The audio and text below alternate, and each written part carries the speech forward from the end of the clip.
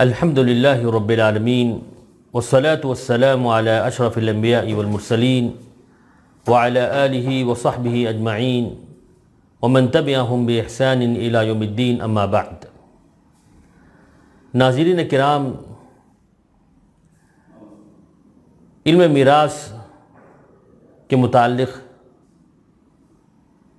جو موضوعات شروع کیے گئے تھے حساب کے تعلق سے اور تطبیق کے تعلق سے، اسی کی ایک کڑی ذوی الارحام کی بھی ہے۔ اس سلسلے میں آج میں آپ کے سامنے گفتگو کرنے جا رہا ہوں۔ ذوی الارحام کس کو کہتے ہیں، ان کی لغوی و اصطلاحی تعریف کیا ہے، وہ پہلے میں آپ کے سامنے بیان کر دوں۔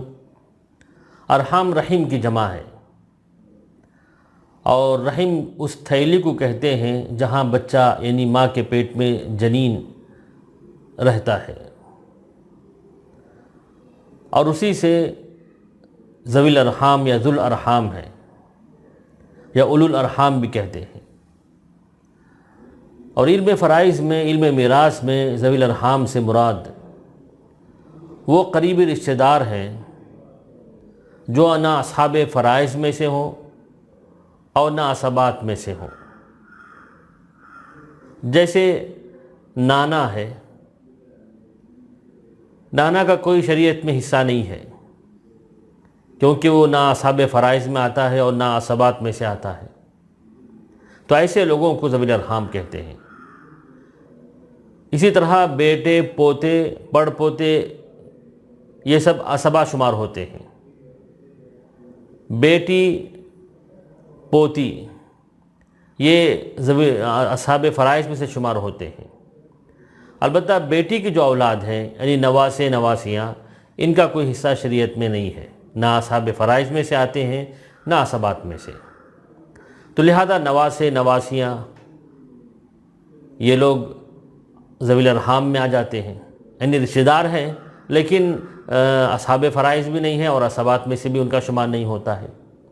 اسی طرح ماموں ہے، اسی طرح خالہ ہے، پھوپھی ہے، یہ لوگ عصبات میں سے نہیں آتے اور نہ اصحاب فرائض میں سے آتے ہیں، ان کو ذوی الارحام کہتے ہیں۔ کیا ان لوگوں کو بھی وارث بنایا جا سکتا ہے؟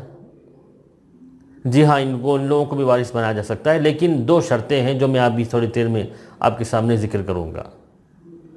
اور جمہور علماء کے نزدیک یہی رائے ہے کہ ان لوگوں کو وارث بنایا جا سکتا ہے، کیونکہ اللہ تعالیٰ کا فرمان ہے وَأُولُو الْأَرْحَامِ بَعْضُهُمْ أَوْلَىٰ بِبَعْضٍ فِي كِتَابِ اللَّهِ مِنَ الْمُؤْمِنِينَ وَالْمُهَاجِرِينَ، سورہ احزاب آیت نمبر 6۔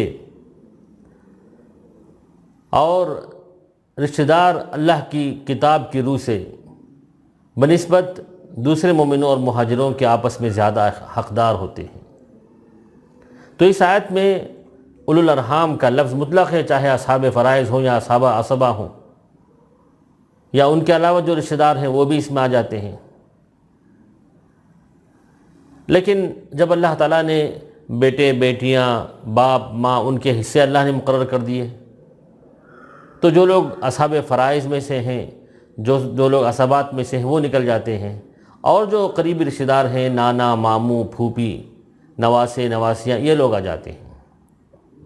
اور حدیث میں ہے بھی کہ اللہ کے نبی صلی اللہ علیہ وسلم نے فرمایا کہ الخال وارث من لا وارث لہ، کہ جس کا کوئی وارث نہیں ہے اس کا وارث اس کا ماموں ہوگا۔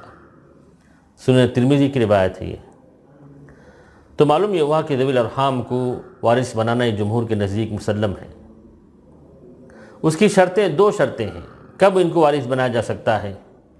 پہلی شرط یہ ہے کہ کوئی شخص انتقال ہوا اور وارثین میں کوئی اصحاب فرائض نہیں ہے، یعنی ہم نے اس سے پہلے ذکر کیا تھا کہ مردوں میں 4 لوگ ہوتے ہیں اور عورتوں میں 8 ہیں جو اصحاب فرائض شمار ہوتے ہیں، کوئی نہیں ہے ان میں۔ ہاں البتہ شوہر یا بیوی ہوں، وہ اصحاب فرائض میں سے ہیں، وہ اگر ہوں تب بھی ذوی الارحام کو حصہ مل سکتا ہے، کیونکہ ذوی الارحام کیونکہ میاں بیوی جو ہیں ان پر رد نہیں ہوتا، جیسا کہ اس سے پہلے ہم نے پڑھا رد کے مسائل میں کہ ان کو من لا یرد علیہ کہتے ہیں کہ بچا ہوا مال ان کو دوبارہ نہیں دیا جاتا۔ ان کے علاوہ جو بقیہ اصحاب فرائض ہیں ان کو دوبارہ یعنی رد کیا جاتا ہے ان پر۔ تو میاں بیوی ہوں اور ساتھ میں جیسے ماموں ہو یا نواسہ ہو تو میاں بیوی کو ان کا مکمل حصہ دینے کے بعد جو بچتا ہے ان کو دے دیتے ہیں، یا اگر وہ کئی جنس کے ہوں تو ان کے درمیان تقسیم کر دیتے ہیں۔ تو پہلی شرط یہ ہے کہ اصحاب فرائض میں سے کوئی نہ ہو، کیونکہ اگر وہ کوئی رہیں تو ان پر رد کیا جا سکتا ہے۔ ہاں میاں بیوی ہوں تو چونکہ ان پر رد نہیں ہوتا تو ایسی صورت میں ذوی الارحام کو وارث بنایا جا سکتا ہے، لیکن میاں بیوی کو ان کا مکمل حصہ یعنی شوہر کو ہمیشہ نصف دیا جائے گا اور بیوی کو ہمیشہ ربع دیا جائے گا، کیونکہ اولاد تو نہیں ہے یہاں پر۔ اور دوسری شرط ہے کوئی عصبہ نہ رہے، کیونکہ عصبہ اگر ہو تو بقیہ مال جو اصحاب فرائض کو دیے جانے کے بعد جو بچتا ہے وہ اس کے حقدار ہو جاتے ہیں، تو عصبہ اگر ہو تو ذوی الارحام کو کچھ نہیں ملتا ہے۔ اور ہم نے عصبہ کی پوری تفصیل بیان کی کہ عصبہ کی 3 قسمیں ہیں، عصبہ بالنفس جن میں کل 14 افراد ہیں، اور عصبہ مع الغیر جو کل 4 افراد ہیں، عصبہ بالغیر اور عصبہ مع الغیر میں کل 2 افراد ہیں۔ تو یہ کوئی بھی نہ رہیں تب جو ہے ذوی الارحام میں سے کوئی رہ جائے تو ان کو دیا جاتا ہے۔ اب ذوی الارحام کل 4 قسم کے ہیں۔ نمبر 1 جو بیٹوں کی طرف سے ہوں، جس کو بنوہ کہتے ہیں، جو میت کی طرف منسوب ہوتے ہیں، جیسے نواسے نواسیاں ہیں، پوتیوں کی اولاد ہے، پوتی تو یہ تو اصحاب فرائض میں سے ہیں، ان کی اولاد ہے۔ اور نمبر 2 ابوہ، جن کی طرف خود میت منسوب ہو، جیسے نانا ہے، پڑ نانا ہے، اور وہ نانیاں جن کے درمیان نانا آتا ہو، یعنی نانا کی ماں ہے۔ اور دادی یہ تو اصحاب فرائض میں سے ہے، دادی کا باپ ہے، وہ بھی ذوی الارحام میں شامل ہو جاتا ہے۔ اور نمبر 3 اخوہ، یعنی جو میت کے ماں باپ کی طرف منسوب ہو۔ اب جیسے سگا بھائی، باپ شریک بھائی، یہ لوگ جو ہے عصبہ میں آتے ہیں، اور ان کے بیٹے بھی عصبہ میں آتے ہیں، لیکن سگی بہنیں کی جو اولاد ہیں وہ ذوی الارحام میں آتی ہیں، ان کو بھانجے بھانجیاں بولتے ہیں یا ان کی اولاد ہیں۔ اسی طرح بھتیجیاں، یعنی سگے بھائی یا لاتی بھائی کی جو بیٹیاں ہوتی ہیں وہ شمار نہیں ہوتے ہیں تو وہ یہاں ذوی الارحام میں آتے ہیں۔ اسی طرح ماں شریک بھائیوں کے بیٹے ہوتے ہیں۔ اور نمبر 4 جو میت کے دادا یا دادی یا نانا نانی کی طرف منسوب ہو، جس کو عمومہ کہتے ہیں۔ اب جیسے ماموں ہیں، ان کی اولاد ہیں، خالائیں ہیں اور ان کی اولاد ہیں، پھوپھیاں ہیں اور ان کی اولاد ہیں، تو یہ لوگ ذوی الارحام میں آتے ہیں۔ ماں شریک چچا ہیں، اسی طرح سگے اور باپ شریک چچاؤں کی بیٹیاں ہوتی ہیں، سگے اور باپ شریک چچاؤں کی پوتیاں ہوتی ہیں، یہ لوگ ذوی الارحام میں آتے ہیں۔ تو خلاصہ کلام یہ کہ بنوہ، ابوہ، اخوہ اور عمومہ، یہ چاروں قسم کے جو افراد ہوتے ہیں یہ لوگ جیسے نواسے نواسیاں، جیسے کہ میں نے بتایا نانا ہوتے ہیں، یا اسی طرح بھتیجیاں اور ماموں خالہ، یہ لوگ سب ذوی الارحام میں شمار ہوتے ہیں۔ اچھا، ذوی الارحام کے مابین ترکے کی تقسیم کا معاملہ کیسے ہوتا ہے؟ تو اس سلسلے میں 2 رائے ہیں، ایک ہے مسلک قرابت اور ایک ہے مسلک تنزیل۔ مسلک قرابت کیا ہے جو امام ابو حنیفہ رحمہ اللہ کا ہے؟ وہ یہ ہے کہ ان کے نزدیک ذوی الارحام میں سے جو جہت، درجہ اور قوت کے اعتبار سے قریبی ہوگا وہی پورے ترکے کا مستحق ہوگا۔ جیسے مثال کے طور پر کسی شخص کا انتقال ہوا، نہ کوئی اصحاب فرائض ہے نہ کوئی عصبہ ہے، بس ایک نواسہ ہے اور ایک بھانجا ہے۔ اب دیکھیے سارا ترکہ نواسے کو دے دیں گے کیونکہ وہی ہر اعتبار سے قریبی ہے، بھانجا تو دور کا رشتہ ہوتا ہے، تو یہ کہتے ہیں مسلک قرابت۔ اور ایک ہے جمہور کا مسلک ہے مسلک تنزیل۔ مسلک تنزیل سے مراد جو ذوی الارحام آتے ہیں وہ جن کے واسطے سے آتے ہیں ان کے واسطوں کے اعتبار سے ان کو دیا جائے گا۔ اب جیسے نواسے نواسیاں ہوتے ہیں، یہ جو ہے بیٹیوں کے واسطے سے آتے ہیں، تو بیٹی کو جو حصہ ملتا ہے یا پوتی کو جو حصہ ملتا ہے وہی حصہ نواسیوں کو ملتا ہے۔ اسی طرح بھانجے اور بھانجیاں، ان کو بہنوں کے قائم مقام بنایا جاتا ہے، بہنوں کو جو حصہ ملنا چاہیے وہ ان کو ملتا ہے۔ تو اگر دیکھا جائے تو مسلک تنزیل ہی زیادہ راجح مسلک ہے۔ اب اس کا طریقہ تقسیم کیا ہے؟ دیکھیے، پہلی صورت یہ ہے کہ اگر ذوی الارحام میں سے کوئی ایک فرد ہو تو وہ اکیلا پورے ترکے کا مستحق ہوگا۔ جیسے کسی شخص کا انتقال ہوا، صرف ماموں ہی ہے، کوئی نہیں ہے، تو سارا ترکہ ماموں کو دے دیں گے۔ یا صرف خالہ ہی ہے، کوئی دوسرے نہیں ہے، تو پورا ترکہ خالہ کو دے دیں گے۔ دوسری صورت یہ کہ اگر ایک سے زائد ہوں اور تمام ایک ہی درجے کے ہوں تو ترکہ ان کے درمیان برابر تقسیم کر دیا جائے گا، اور مردوں عورتوں میں للذکر مثل حظ الانثیین کے مطابق تقسیم کیا جائے گا۔ اب جیسے کسی شخص کا انتقال ہوا، صرف نواسہ ہے، نواسی ہے، یعنی ایک ہی درجے کے ہیں، اور نواسہ نواسی ہو تو للذکر مثل حظ الانثیین کے مطابق جمہور کے نزدیک دیا جائے گا کہ نواسے کو ڈبل دیا جائے گا اور نواسی کو سنگل دیا جائے گا۔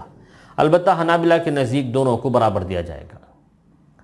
اور تیسری صورت یہ کہ اگر ذوی الارحام ایک سے زائد ہوں اور سب کے درجات اور مراتب مختلف ہوں، جیسے کوئی نواسہ ہے، دوسرا جو ہے پوتی کا بیٹا ہے، اور تیسرا ذوی الارحام میں سے کوئی پھوپھی ہے، تو ایسی صورت میں ان کے جو درجات ہوتے ہیں اس حساب سے ہم دیں گے۔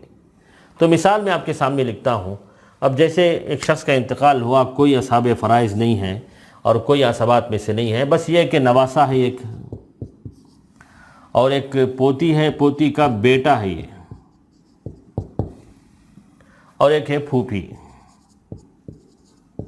یہ لوگ ذوی الارحام شمار ہوتے ہیں، ان کو ہم ذوی الارحام کہتے ہیں۔ اب ان کے جو واسطے ہوتے ہیں ان واسطے سے ہم دیے جائیں گے۔ اب دیکھیے، نواسہ جو ہے بیٹی کے قائم مقام، بیٹی کے واسطے سے آتا ہے، اور پوتی کا بیٹا پوتی ہے، درمیان میں ہے، اور پھوپھی جو ہے یہ باپ کے واسطے سے آتی ہے، تو ان کو کہتے ہیں واسطے۔ اب بیٹی کو کیا ملنا چاہیے؟ نصف ملتا ہے، اور پوتی کو سدس ملتا ہے، اور باپ اگر ہو تو سدس ملتا ہے، پھر پوتیوں کی اور بیٹیوں کی وجہ سے ان کو عصبہ ہونے کی وجہ سے باقی بھی ملتا ہے۔ تو ہم اس مسئلے کو حل کریں، نصف سدس سے ملے تو مخرج 6 ہوگا، 6 کا نصف 3، سدس 1، پھر عصبہ ہونے کی وجہ سے باقی بچا 1۔ تو مذکورہ مثال میں بیٹی کو نواسے کو بیٹی کے قائم مقام، اور پوتی کے بیٹے کو پوتی کا قائم مقام، اور پھوپھی کو باپ کا درجہ دے کر ان کے جو حصے ملنا چاہیے ان کو دے دیا گیا ہے۔ تو یہی اس کا حساب ہے۔ اسی طرح ایک اور مثال میں آپ کے سامنے دے دوں۔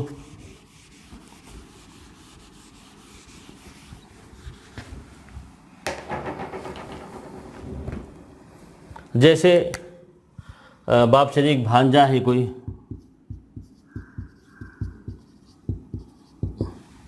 اور ایک ماں شریک بھانجا ہے،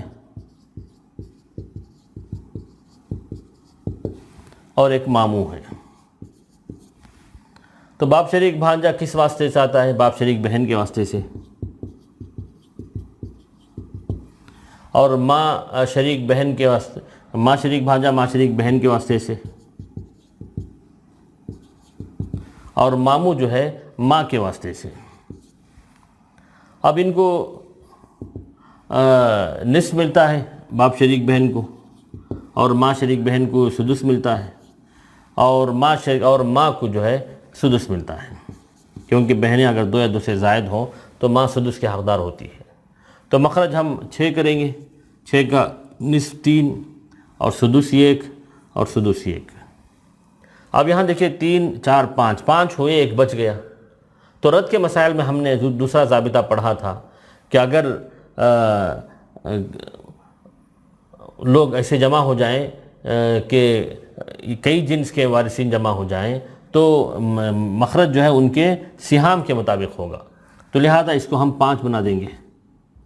تو پورے ترقی کو 5 حصے بنا کر 3 حصے ان کو، باپ شریک بھانجے کو، 1 حصہ ماں شریک بھانجے کو، اور 1 حصہ ماموں کو دے دیں گے۔ اسی طرح اگر جیسا کہ میں نے بتایا کہ ان کے ساتھ میاں بیوی میں سے کوئی آ جائے، میاں بیوی میں سے کوئی آ جائے، جیسے کسی شخص کا انتقال ہوا، بیوی ہے اور نواسہ ہے، تو بیوی کو ان کا مکمل حصہ جیسا کہ میں نے بتایا پورا دیا جائے گا، کیونکہ اولاد نہیں ہوتی ہے، ان کو ربع، اور یہ نواسہ جو ہے ان کو باقی دے دیں گے۔ مثلا مخرج 4 ہوگا، 1 اور 3، یعنی شوہر یا بیوی کو ان کا حصہ مکمل دینے کے بعد جو بچا رہتا ہے سارا ہی ان کو دے دیں گے۔ تو یہ ذوی الارحام کی ایک بحث ہے جو علم میراث میں جو وارث پانے والے ہوتے ہیں ان کی آخری تقسیم ہے، کیونکہ سب سے پہلے اصحاب فرائض کے حصے دیے جائیں گے، پھر عصبہ جو رہتے ہیں ان کو حصے دیے جائیں گے، پھر اصحاب فرائض میں رد کریں گے کہ انہی کو دوبارہ دیں گے، اور رد جو ہے میاں بیوی پر رد نہیں ہوتا، اس لیے ان کو ما لا یرد علیہ کہتے ہیں۔ ان کے علاوہ اگر کوئی ذوی الارحام میں سے آ جائیں تو میاں بیوی کو دینے کے بعد ان کو بھی دیا جائے گا، یا اگر میاں بیوی میں سے کوئی بھی نہیں ہے، صرف جو ہے ذوی الارحام ہے، تو ذوی الارحام کو اس طور پر ہم تقسیم کریں گے۔ اللہ تعالیٰ سے دعا ہے کہ اللہ تعالیٰ ہم تمام کو ان مسائل کو سمجھنے کی توفیق نصیب کرے۔ وآخر دعوانا الحمدللہ رب العالمین، وصلی اللہ علی نبینا محمد۔